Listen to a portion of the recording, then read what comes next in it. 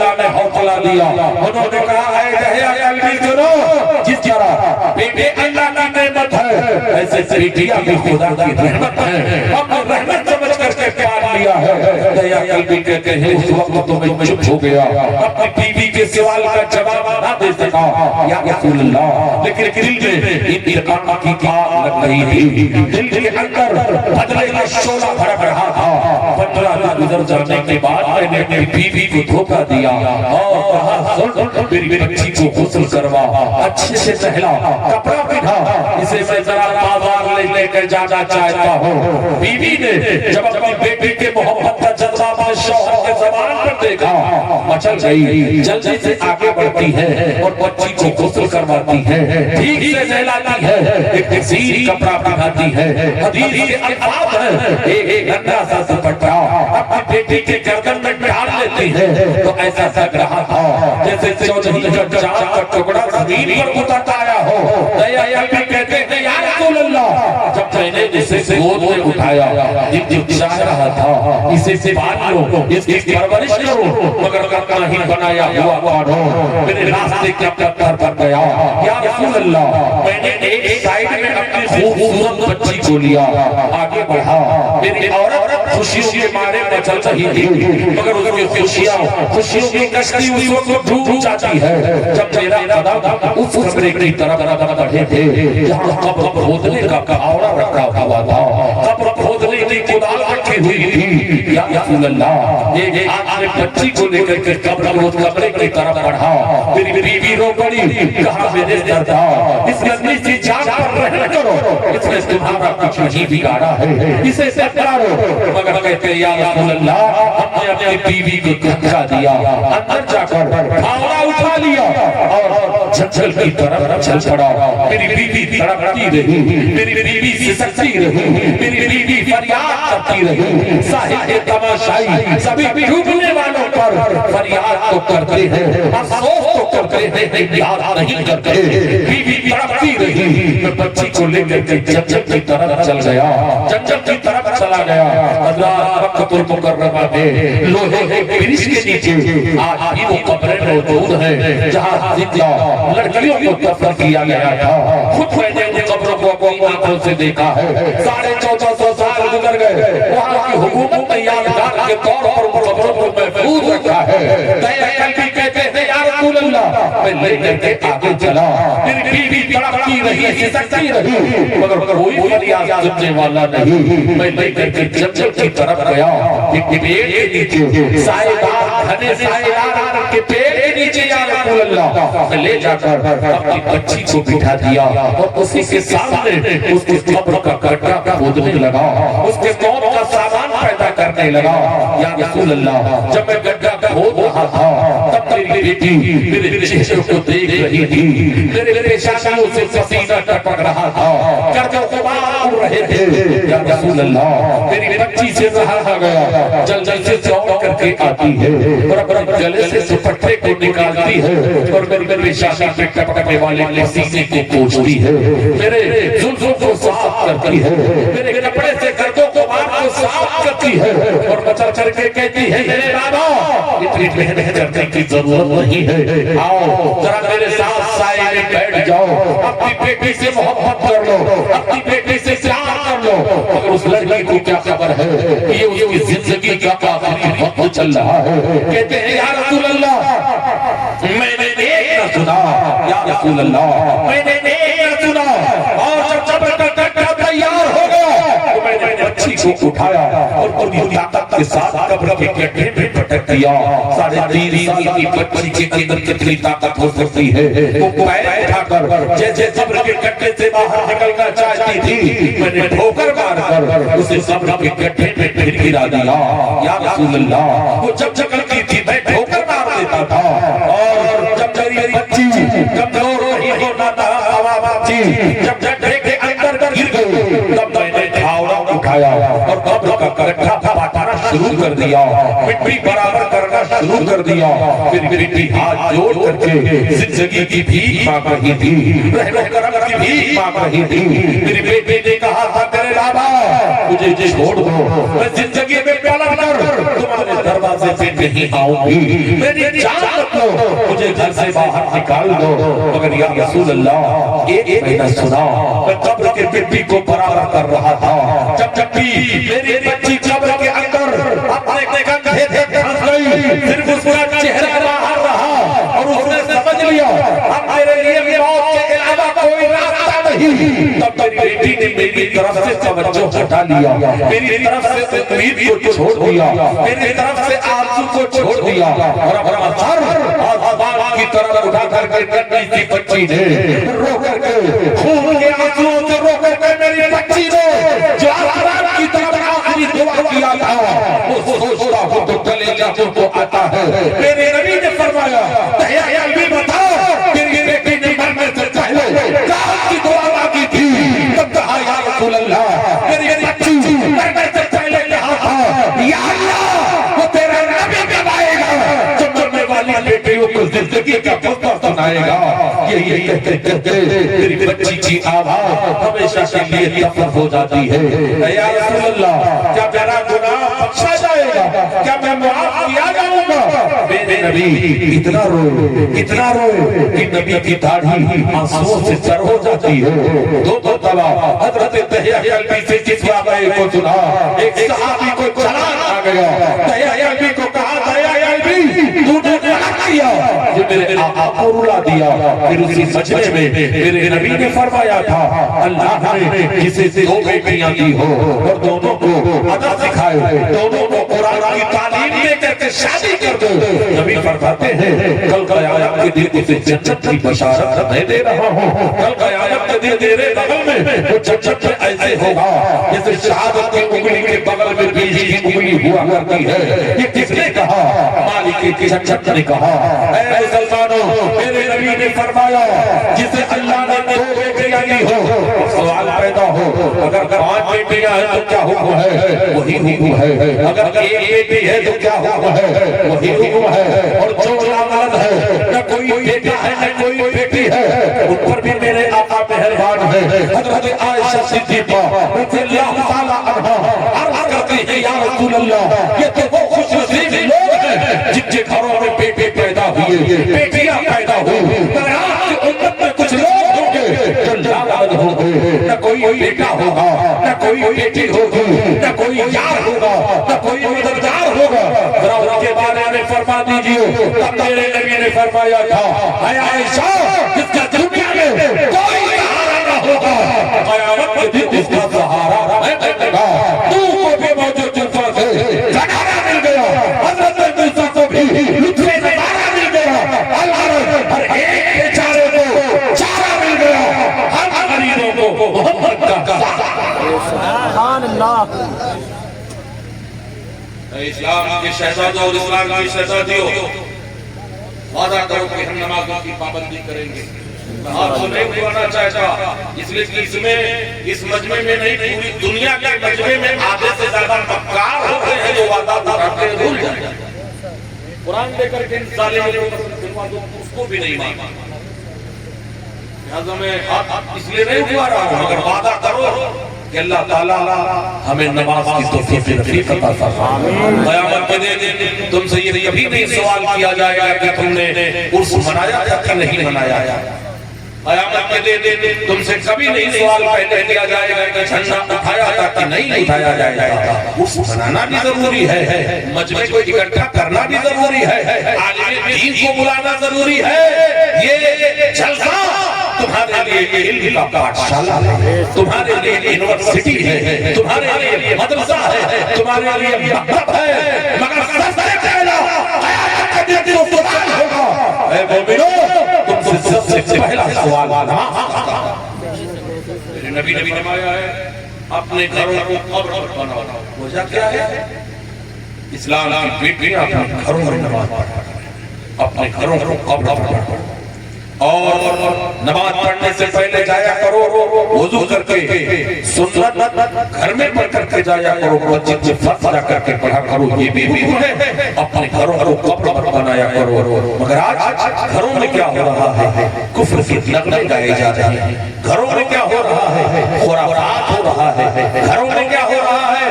ننگی فلمیں دیکھی جا رہی ہیں۔ گھروں میں کیا ہو رہا ہے؟ ایک دوسرے کی غیبت کی جا رہی ہے۔ میرے نبی فرماتے ہیں اگر اذان ہو رہی ہو اور دو مسلمان آپس میں گفتگو کر رہے ہو تو خطرہ ہے کہیں یہ مرے تو کافر ہو کر کہتے ہیں۔ کی بیٹیوں تم جواب دو، اذان ہوتی ہے تمہارے گھر میں ٹیلی ویژن چلتا ہے کہ نہیں؟ اذان ہوتی ہے تمہارے کانوں میں فلمی نغمے گونجتے ہیں کہ نہیں؟ اذان ہوتی ہے تم گفتگو اور گالیاں پکتی ہو کہ نہیں؟ نبی فرماتے ہیں اگر اذان ہو رہی ہو اور دو مسلمان آپس میں گفتگو کر رہے ہو تو خطرہ ہے کہ یہ مرے تو کروا لینے میں کامیابی نہیں ہے۔ اگر چند آدمی توبہ کر کے اٹھے تو یہ عرص آپ کا کامیاب ہے اور صاحب عرص کا فائدہ تم پر جاری ہے۔ مسجد تو بنانا اور گھر میں ایمان کے حرارت والوں نے من اپنا پرانا پاپی ہے برسوں سے نمازی کرنا چاہتا ہے۔ مسلمانوں میں لمبی چوڑی تاریخ نہیں کر رہا ہوں، ممبئی شہر جہاں میں رہتا ہوں، خدا کی قسم 20-22 سال کے نوجوان لڑکے وہاں نمازیں پڑھتے ہیں اور 5 نمازوں میں مسجدیں ایسی بھری رہتی ہے جیسے شہروں میں جمعہ کے دن نماز کے وقت مسجد بھری رہتی ہے۔ اگر لیٹ کرو گے نماز مغرب کے ٹائم تو تمہیں جگہ ملے گی جہاں چکر کر رہا ہے۔ جو ممبئی بابرکت شہر ہے، وجہ کیا ہے؟ اگر برائیاں ہیں اچھائیاں بھی وہاں پہ ہیں۔ اے مسلمانوں، اس لیے میں اپنے شہر کی یہاں تعریف کرنے نہیں آیا، حقیقت بیان کرنے آیا۔ اگر میری بات پر یقین نہ ہو تو وہاں پر رہنے والوں سے پوچھ لو مسجد کس قدر آباد رہتی ہے۔ اور یہاں تو امام اگر فجر کی اذان نہ دے تو ہو سکتا ہے کبھی کبھی اذان بھی نہ ہو، اور اگر کہیں سے شریعت کے رخصت دے دیا جاتا کہ ہمارے عوض میں تو نماز پڑھ لے تو یہ سیٹ لوگ کئی امام رکھتے کہ میرے طرف سے سجدہ بھی تو ہی کرے، لیکن نہیں چل رہا، خود تمہیں کرنی۔ اسی طرح اسلام کی بیٹیوں اپنے شوہر کی خدمت کرو۔ اگر کوئی امیر عورت ہو، کروڑ پتی عورت ہو اور کسی خادم کو رکھ دیتے شوہر کی خدمت کرے تو تیری خدمت نہیں بن سکتی۔ سیدہ خاتون جنت رضی اللہ تعالیٰ عنہا جنہیں حضرت فاطمہ کہا جاتا ہے، میرے نبی نے کہا تھا فاطمہ میری دنیا کی حور ہے۔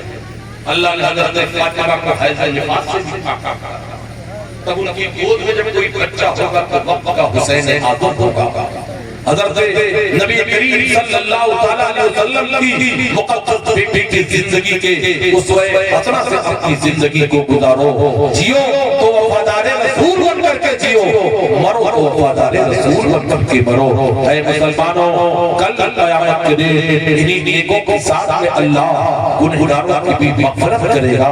اس لیے سچوں کے ساتھ ہو جاؤ، اپنے بچوں کو بروں کی صحبت سے بچایا کرو، بروں کی میجورٹی سے بچایا کرو، گندے لوگوں سے بچایا کرو، اور اپنے بیٹی اور بیٹیوں کے موبائلوں پہ کبھی کبھی قبضہ کیا کرو۔ تمہیں نہیں پتا ہے اس موبائل میں کون سا طوفان چل رہا ہے، تمہیں نہیں پتا ہے اس موبائل میں کون سا خرافات چل رہا ہے۔ جب کھیتیاں چڑیا چپ جاتی ہے تب کسان کو پتا چلتا ہے۔ اے مسلمانوں، قبول ہونے والا کبھی گناہ کی تمنا نہ کرے، خود نماز پڑھو، اپنے بیٹوں کو نمازی بناؤ، خود نماز پڑھو، اپنی بیٹیوں کو نمازیہ بناؤ، خود نماز پڑھو، اپنے گھر کو نمازی بناؤ، تب دنیا میں تم سرور ہو گے۔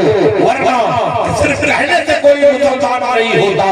مسجد جو بنا لی تو گھر میں ایمان کے حرارت والوں نے اپنا پرانا پاپی ہے اور سب سے نوازی بن نہ سکے تمہیں حضرت رسول کریم صلی اللہ علیہ وسلم کی سیرت پر بھی عمل کرنا پڑے گا سیدہ خاتون جنت کی سیرت پر بھی عمل کرنا پڑے گا ایک مرتبہ حضرت علی شیر خدا حضرت عثمان غنی حضرت فاروق اعظم حضرت صدیق اکبر اور جلیل القدر صحابہ کی انجمن ہے میرے نبی نے فرمایا بتاؤ عورت کا سب سے بڑا کمال کیا ہے کسی نے کوئی اور جواب دیا کسی نے کچھ جواب دیا کسی نے کچھ جواب دیا حضرت علی جنہیں بابوں کو علم کہا جاتا ہے آپ نے کہا اور عورت سب سے بڑا کمال یہ ہے کہ اپنے آپ کو غیر مردوں کی نظروں سے بچا لے یہ عورت کا سب سے بڑا کمال ہے میرے نبی نے کہا کمال یہ نہیں ہے جاؤ اس کا جواب ہمیں بعد میں دو حضرت علی گھر آئے سیدہ خاتون جنت رضی اللہ تعالیٰ عنہا چہرے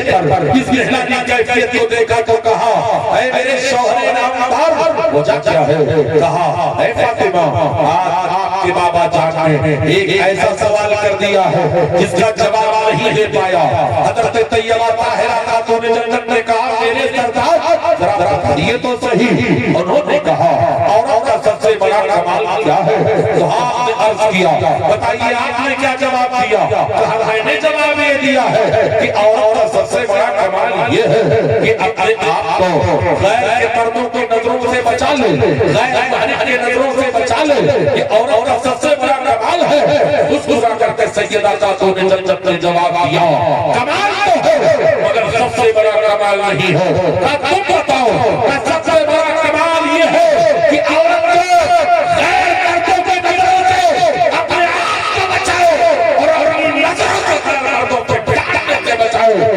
عورت کا سب سے بڑا کمال سلمان اللہ آج ہمارے گھروں کا کلچر بگڑ گیا کہ نہیں بگڑ گیا ہمارے گھروں کا ماحول خراب ہو گیا کہ نہیں ہو گیا آج ہم دوسروں پہ انگلی اٹھاتے ہیں مگر ہم اپنے گریبان کو نہیں دیکھتے میرے نبی جب معراج پاک سے آئے تو کہنے لگے میرے سب سے زیادہ تعداد جہنم میں عورتوں کی دیکھتے میرے نبی صلی اللہ علیہ وسلم سے پوچھا گیا یا رسول اللہ جہنم میں سب سے زیادہ تعداد عورتوں کی آپ نے کیوں دیکھا نبی فرماتے ہیں یہ ناشکری کیا کرتی تھی یہ غیبت اور چغلی کیا کرتی تھی یہ میں نہیں پیغمبر اعظم نے جہنم کو میرے نبی کے سامنے پیش کیا گیا جہنم میں جلتی ہوئی عورتوں کو دیکھ کر میرے نبی نے آ کر کے افسوس ظاہر کیا تھا اس لیے میری شہزادیوں اسلام کی بیٹیوں غیبت سے بچو چغلی سے بچو کسی پر تہمت مت کیا کرو کسی پر کمنٹ مت کیا کرو کسی کالی کو گورے نے کوئی فوقیت نہیں کسی گورے کو کالے نے کوئی افضلیت نہیں ہے کسی کو لولے لگڑے کی توہین مت کیا کرو اگر کوئی لڑکی کالی ہے تو اس کے کالے پن کا مذاق اڑانے کا تمہیں کوئی حق نہیں کوئی لولا لگڑا ہے اس کے لولے لگڑے کا مذاق اڑانے کا تمہیں کوئی حق نہیں کوئی بڑا اور چھوٹا ہے اس کے مذاق اڑانے کا تمہیں کوئی حق نہیں اس لیے اللہ نے زہر کو بھی پیدا کیا ہے شہد کو بھی پیدا کیا ہے اللہ نے گورے کو بھی پیدا کیا ہے کالے کو بھی پیدا کیا ہے اللہ نے امیر کو بھی پیدا کیا ہے غریب کو پیدا کیا ہے مذاق اڑانے کا تمہیں کوئی نہیں خدا کی بندگی کرو تاکہ دنیا میں سرخرو ہو کر کے نکلو اور جب جاؤ آیات کرے کہا جائے یہ بندہ اللہ و رسول کی رضا کو لے کر کے دنیا میں رہا اور آیا تو اللہ و رسول کی رضا پر آیا اس کے لیے جنت کی بشارت ہے اس کے لیے جنت کی خوشخبری ہے اس لیے مسلمانوں اپنے گھروں کو جنت کا ماحول بناؤ آج ولی اللہ کی آ گئی ذکر شبیل کی آ گئی یہ اللہ والے ہیں بیٹھتے ہیں جھوٹی چٹائی پر مگر بادشاہوں کے مقدر کا فیصلہ کیا کرتے ہیں بیٹھتے ہیں جھوٹی چٹائی پر مگر امیروں کے مقدر کا فیصلہ کیا کرتے ہیں آؤ تاجدار اولیاء حضرت پیر پیرا سیدنا شیخ عبد القادر جیلانی بغدادی رضی اللہ تعالی عنہ کی زندگی کا یہ پہلو دیکھتے رہتے ہیں وہ رہا کرتے تھے بغداد میں مگر جب انہوں نے کہا تھا میرا قدم ہر ولی اللہ کے گردن پہ ہے اے لوگوں 313 ولیوں نے اپنی گردن کو جھکایا تھا مگر سب سے پہلے جو گردن جھکی تھی وہ حضرت غریب نواز کی گردن جھکی تھی تو غوث اعظم نے فرمایا تھا حسن جو جناب غریب نواز ہے سب سے پہلے انہوں نے اپنے گردن کو جھکایا تو انہیں ہند کی شہنشاہی عطا کی جا رہی ہے، ہند کی بادشاہی عطا کی جا رہی ہے۔ پتہ کیا چلا اگر غوث اعظم کے سلسلے میں ہمیں غریب نواز ملے ہیں اور ایک روایت میں ہے غریب نواز اور غوث اعظم دونوں خانہ بھائی ہیں، دونوں سے ملاقات بھی ہے، دونوں سے ایک ساتھ میں ملاقات بھی ہے۔ حضرات آ گئی ہے اللہ والوں کی تو ہم غوث اعظم کو نہیں پہنچ سکتے مگر ان کے ماننے والے ان کے جانساروں ان کی اولادوں کا ذکر جمیل کر لیتے ہیں۔ حضرات مہاراشٹر کے بارڈر سے گزر جاؤ، ایک سرحد آتی ہے جسے گجرات کہا جاتا ہے، گجرات میں ایک شہر ہے جسے احمد آباد کہا جاتا ہے، وہ احمد آباد جو گلیوں کا شہر ہے، اللہ والوں کا شہر ہے، اللہ والوں کی نگری ہے۔ اسی احمد آباد میں ایک شخصیت ہے جنہیں حضرت قطب ربانی کہا جاتا ہے، جنہیں حضرت قطب ربانی کہا جاتا ہے۔ ان کے بیٹے حضرت شاہ عالم رحمت اللہ تعالیٰ علیہ اور حضرت قطب عالم رحمت اللہ تعالیٰ علیہ، قطب عالم کا مقام اتنا بلند تھا وہ رہتے تھے ہندوستان میں مگر اکثر نمازوں کو مدینہ طیبہ مسجد نبوی شریف میں پڑھا کرتے تھے۔ حضرات رہتے تھے سرزمین ہند میں مگر نمازیں مسجد نبوی شریف میں پڑھا کرتے تھے۔ ایک کا واقعہ نماز عصر پڑھ کر کے نماز مغرب پڑھ کر کے مسجد نبوی شریف کی سیڑھیوں کے گزر رہے تھے۔ یہ واقعہ 550 سال پرانا واقعہ ہے۔ اس زمانے میں حضرات مسجد نبوی بھی عالی شان عمارت کی شکل میں نہ تھی، اس نیچے اتر رہے تھے، وضو بہت پر کیا جاتا تھا، اتر رہے تھے۔ ایک اور بیٹھ جاتی ہے کہتی ہے حضور میں کئی دن سے بھوکی ہوں مجھے کھانا کھلا دو۔ آپ نے وعدہ تو کر لیا مگر کمرے میں پہنچے وعدہ بھول گئے۔ حضرات کمرے میں پہنچے تو وعدہ بھول گئے۔ جب صبح ہوتی ہے تو اب آپ کو احمد آباد شریف بٹوا میں پاتے ہیں، وہ شدت ستاتی ہے، اپنی بوڑھی خادمہ کو آواز دیتے ہیں، کہتے ہیں مجھے کھانا کھلا دے، لیکن آج میری خواہش ہے کہ مجھے بھڑکی میٹھی روٹی کھلا دے۔ خادمہ اٹھتی ہے، باورچی اٹھتی ہے، گونی سے آٹے کو نکالتی ہے، مٹی کے گھر مٹی کے پیالے میں آٹے کو کودتی ہے، گڑ ڈالتی ہے۔ جب خمیر آٹے کی تیار ہو جاتی ہے توا جلاتا تو چولہا جلاتی ہے، مٹی کا توا رکھتی ہے، توا رکھنے کے بعد ایک روٹی کو بیل کر مٹی کے اوپر سینکتی ہے، پھر اٹھا کر کے کہتی ہے حضور یہ روٹی میں پہلے آپ کو کھلا دوں یا مدینے میں بیٹھی ہوئی ضعیفہ کو کھلا دوں، مدینے کی عورت کو کھلا دوں؟ اتنا سوچا تھا ہے تو استجاب کے سمندر میں ڈوب گئے۔ پہلے مدینے کی عورت کو کھلا دے، مدینے کی خاتون کو کھلا دے۔ اے مسلمانوں اور روٹی پکاتی ہے ہاتھ اٹھاتی ہے تو مدینہ پہنچ جاتا ہے۔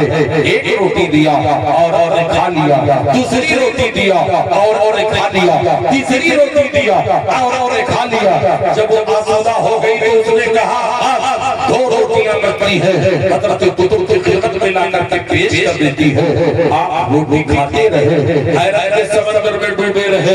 پھر سوال کیا اے خاتون بتا تیرے اندر یہ پاور کہاں سے آیا، تیرے اندر یہ طاقت کہاں سے آئی، تیرے اندر یہ مقام کہاں سے آیا، تیرے اندر یہ رتبہ کہاں سے آیا؟ کہا سرکار یہ میرا کمال نہیں ہے بلکہ واقعہ یہ ہے کہ آپ کے بیٹے حضرت شاہ عالم رحمت اللہ تعالیٰ علیہ چھوٹے سے بچے تھے، مکتب سے پڑھ کر کے آئے تھے، ان کا کرتا گنگا ہو گیا تھا تو آپ نے فرمایا یا ان کے کرتے کو دھو دے۔ میں نے کرتے کو دھویا، جب میں نے پانی نچوڑا تو مٹی کے کپ میں، جب میں نے پانی کو نچوڑا تو اے میرے آقا اس پانی میں رسول اللہ کے پسینے کی خوشبو آ رہی تھی، غوث اعظم کے اولاد کی خوشبو آ رہی تھی۔ تو میری غیرت نے گوارا نہ کیا کیونکہ پانیوں کو میں گندی نالیوں میں ڈال دوں، میں نے بسم اللہ پڑھ کر کے پانی کو پی لیا۔ اللہ نے میرے نگاہوں سے حجابات اٹھا دیے۔ جب آپ مدینے میں ہوتے ہو تب بھی دیکھا کرتے ہو، آپ آباد میں ہوتے ہو تب بھی دیکھا کرتے ہو۔ جب ان کے گدا دیتے ہیں شاہان زمانہ کی جھولی وہ ذات کا جب یہ عالم ہے تو خدا کا عالم کیا ہوگا؟ تیرا سے آواز آتی ہے اس دل کو سکون مل جاتا ہے اس نظام کا جب یہ عالم ہے اس بار کا سبحان اللہ. پرمیشن ختم ہو رہا ہے. بہرحال میں زیادہ آپ کا ٹائم بھی نہیں لینا چاہوں گا مگر چلتے چلتے کچھ 5 منٹ کے اندر ہے اتنا پرمیشن اجازت ہے. اتنا بھی نہیں ہے ٹائم ذرا ہاتھ آ کے بتاؤ کہ لوگ گھر جانا چاہتا ہے.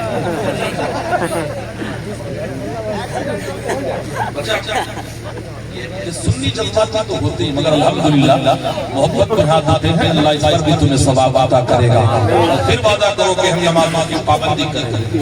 اور یہ بوڑھے جو قبروں میں پیر لٹکائے ہوئے ہیں اگر مسجد نہیں آ سکتے ہو تو تیمم کر کے گھر ہی سجدہ کیا کرو نا, کرسی پہ پڑا کرو. کوئی بیٹی بیٹا کام نہیں آئے گا.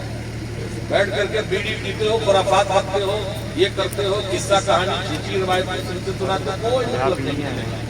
کرسی پہ بیٹھ کے نماز پڑھا کرو. اگر کرسی پہ نہیں تو بستر پہ لیٹ کر کے نماز پڑھو. اللہ تمہاری عبادت کو قبول.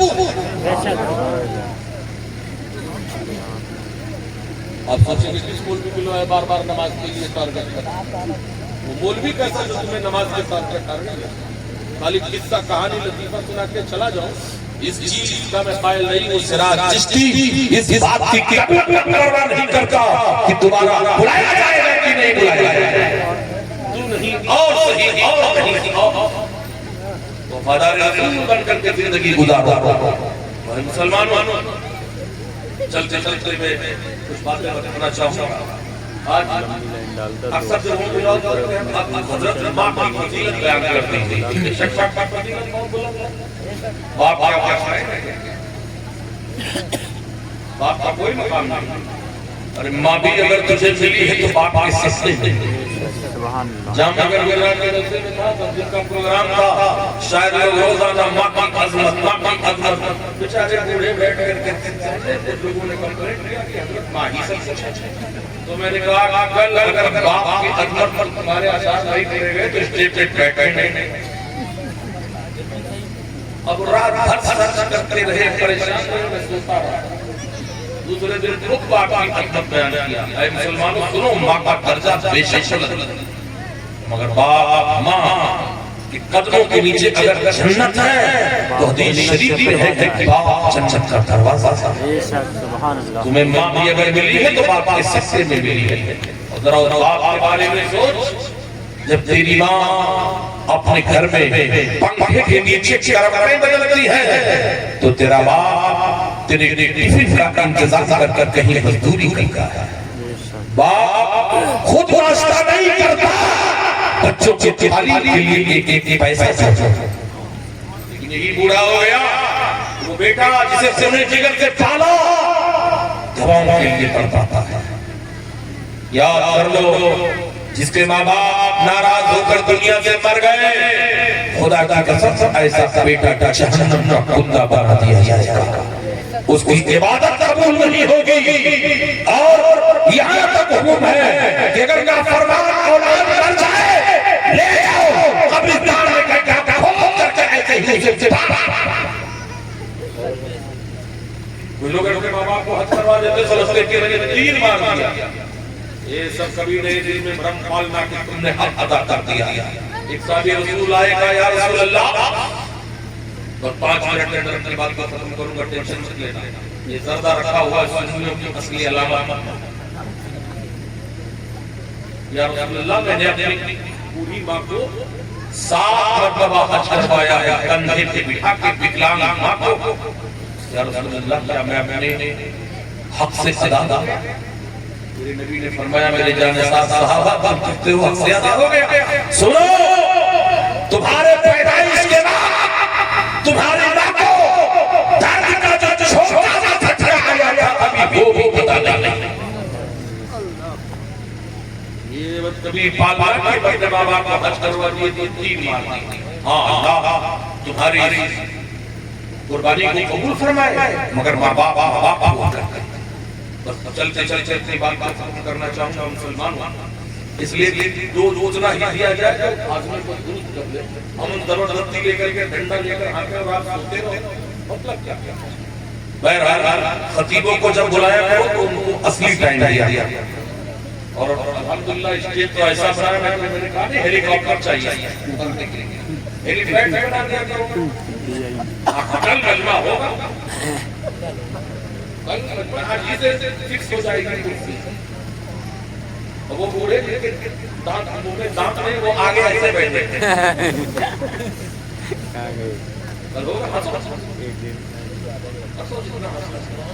مولوی کی باتیں مذاق لگتی ہے. کل قیامت کے دن پتہ چلے گا مولوی سچا ہے کہ وہ آنے والا دفع و رباط پر جھومنے والا رقاصہ. بات مکۃ المکرمہ خانہ کعبہ کا ایک بندہ کنٹینیو 19 حج کرتا ہے. اور جب وہ حج کر کے طواف زیارت کر کے میزان رحمت کے نیچے آقا کے ہاتھ اٹھاتا یا علی عبادت کو قبول کر لے تو آواز آتی بندے تیری عبادت تیرے چہرے پہ مان دیا دھتکار دیا گیا ریجیکٹ کر دیا گیا. میزان رحمت جانتے کیا ہے؟ خانہ کعبہ پر ایک پرنالہ لگا ہوا ہے جو پانی گرتا ہے وہ سونے کا پرنالہ اور اس کا رخ مدینے کی طرف. اس کے نیچے جتنی دعائیں قبول کی مانگی جاتی ہیں اللہ اسے قبول کر لیتا ہے. میری دعا ہے اللہ تعالیٰ اس پرنالے کے صدقے میں سب کو حاجی بنا سب کو عمرہ کی توفیق رفیق عطا. بندہ 19 سال تک کنٹینیو حج کرتا رہا عبادت اس کی رائگاہ ہوتی رہی. 19واں سال تھا وہ رو پڑا آیا حرم کعبہ میں روتا روتا ایک اللہ کے ولی سے ملاقات ہو گئی. ہاتھ پکڑ کر کے چوما کہا سرکار کیا ہو گیا؟ اللہ کا ولی ظاہر بھی دیکھتا ہے باطن بھی دیکھتا ہے. کہاں بتا تیرے باپ زندہ ہے یا مر چکے؟ کہا 19 سال گزر گیا مجھے کوئی خبر نہیں کہ میرے باپ زندہ ہے یا مر چکے تھے. تو واپس جا گھر جا اور اپنے بوڑھے ماں باپ کی عزت کر خدمت کر. تیرے حد سے زیادہ ثواب اس میں ہے. کہتے ہیں 1 مہینے کا سفر کر کے وہ بھاگا اور گھر آیا. اس کا نام حسین تھا. گاؤں میں آیا 20 سال کے بعد سارے نقشے بدل چکے تھے. بچے جوان ہو چکے تھے. بوڑھے دنیا سے رخصت ہو چکے تھے. اپنے باپ کے بارے میں پوچھا کہ تیرا باپ مر گیا مگر مرنے سے پہلے تیرا نام اس کی زبان پر تھا میرا بیٹا حسین کہا. مگر کم نصیب نہ آ سکا. رویا میری ماں کا کیا عمل ہے؟ موت اور زندگی میں بس چند منٹ کا فاصلہ ہے. جا جلدی جا چہرہ دیکھ لے. دوڑتا ہوا آیا دیکھا اس کی بوڑھی ماں بدن پہ غریبی کے پھٹے ہوئے کپڑے ہیں. پھٹا دوپٹہ اوڑھ کر کے بیٹھی ہوئی ہے اور رو رہی ہے اور روتے روتے کہتی ہے میرا بیٹا حسین کیا کیا نہیں آئے گا؟ باپ قبر کر قبر میں دفن کے لیے بھی نہیں آئے گا نہ کچھ قضا پڑھنے بھی نہیں آئے گا. یہی کہہ کر کے ماں رکھتی رہی روتی رہی. اتنے میں چیخ مار کر کہا ہاں تیرا گنہگار بیٹا حاضر ہے. ماں نے ایک نظر ڈالا محبت کی نظر ڈالا. اس کے چہرے پر خوشیوں کے آثار ظاہر ہوئے. اس نے مرنے سے پہلے یہی کہا میرا بیٹا حسین آ گیا اللہ تعالیٰ اس کا بھلا کر دے. یہی کہہ کر کے باقی روح قبض سے سری سے پرواہ کر جاتی ہے. آبادی کے لوگوں نے لعنت و ملامت کیا غسل دیا کفن پہنایا نماز جنازہ پڑھا کر لے جا کر کے قبر میں سجود خاک کر دیا. حضرات 6 مہینے تک حسین گاؤں میں رہا. روزانہ جا کر کے سورہ یاسین پڑھتا درود و سلام پڑھتا فاتحہ پڑھتا. 6 مہینے کے بعد پھر مکہ المکرمہ کا سفر کیا. وقت حج کا آیا. آج 20واں حج کرنے کے لیے آیا ہے. 20واں حج کرنے کے بعد جب جواب زیارت کر کے میزان رحمت کے نیچے ہاتھ اٹھایا کہا یا اللہ میری عبادت کو قبول کر لے. آواز آئی بندے تیرے آج کے حج کو قبول کر لیا گیا اور 19 سالہ حج کو تیرا رد کر دیا گیا تھا. آج بنا تیرے ماں کے دعا کے سچے میں اسے دی اپنے بچوں کے لیے دعا مانگے کہ میرا بیٹا نمازی تھی. اپنے بچوں کے لیے دعا مانگے کہ میرا بیٹا حافظ قرآن ہو. اور کم سے کم تو اپنے بچوں کو اتنا پڑھا دو کہ مرنے کے بعد وہ کسی قاری صاحب اور مولانا صاحب کا محتاج نہ ہو. تمہاری قبر پہ جا کر کم سے کم 3 مرتبہ اللہ شریف پڑھ کر کے تمہاری روح کو اصال ثواب. اللہ تعالیٰ اس مجلس پاک کے صدقے میں ہماری حاضری کو قبول فرمائے. یا اللہ جو آیا ہے اس کا بھی بھلا فرما, جو نہیں آیا ہے اس کا بھی بھلا فرما. یہ دربار محمد ہے, یہاں اپنوں کا کیا کہنا, یہاں سے ہاتھ خالی غیر ہی جایا کرتے. اس کمیٹی کو مبارکباد پیش کرتا ہوں جو عرس کے موقع پر جشن کا اہتمام کرتے ہیں, علماء کو بلاتے ہیں, ان کی عزت کرتے ہیں, ان کی قدر کرتے ہیں, اور علماء کے ذریعے عوام, خواتین, بچوں کو اسلام کا پیغام پہنچاتے ہیں. یا اللہ ان کے والدین کریمین کی مغفرت فرما, اگر زندہ ہیں تو انہیں صحت و عافیت کے ساتھ لمبی عمر عطا فرما. مولا اس محفل پاک کے صدقے میں جو بے اولاد ہیں انہیں صاحب اولاد بنا دے, جو اولاد والے ہیں اولاد نرینہ سے محروم ہیں اللہ انہیں غلام مصطفیٰ عطا فرما دے, غلام خواجہ انہیں عطا فرما دے, جو قرض سے بوجھ سے دبے ہیں سبک دوشی کے لیے غیر سے سامان پیدا فرما دے. یا اللہ ہماری مغفرت فرما, ہمارے والدین کی مغفرت فرما, ہمارے عزیز و اقارب کی مغفرت فرما. یا اللہ علماء اہل سنت حفاظ و قرہ کو عمر خضری وقت سکندری عطا فرما. وما علینا الا البلاغ. السلام علیکم.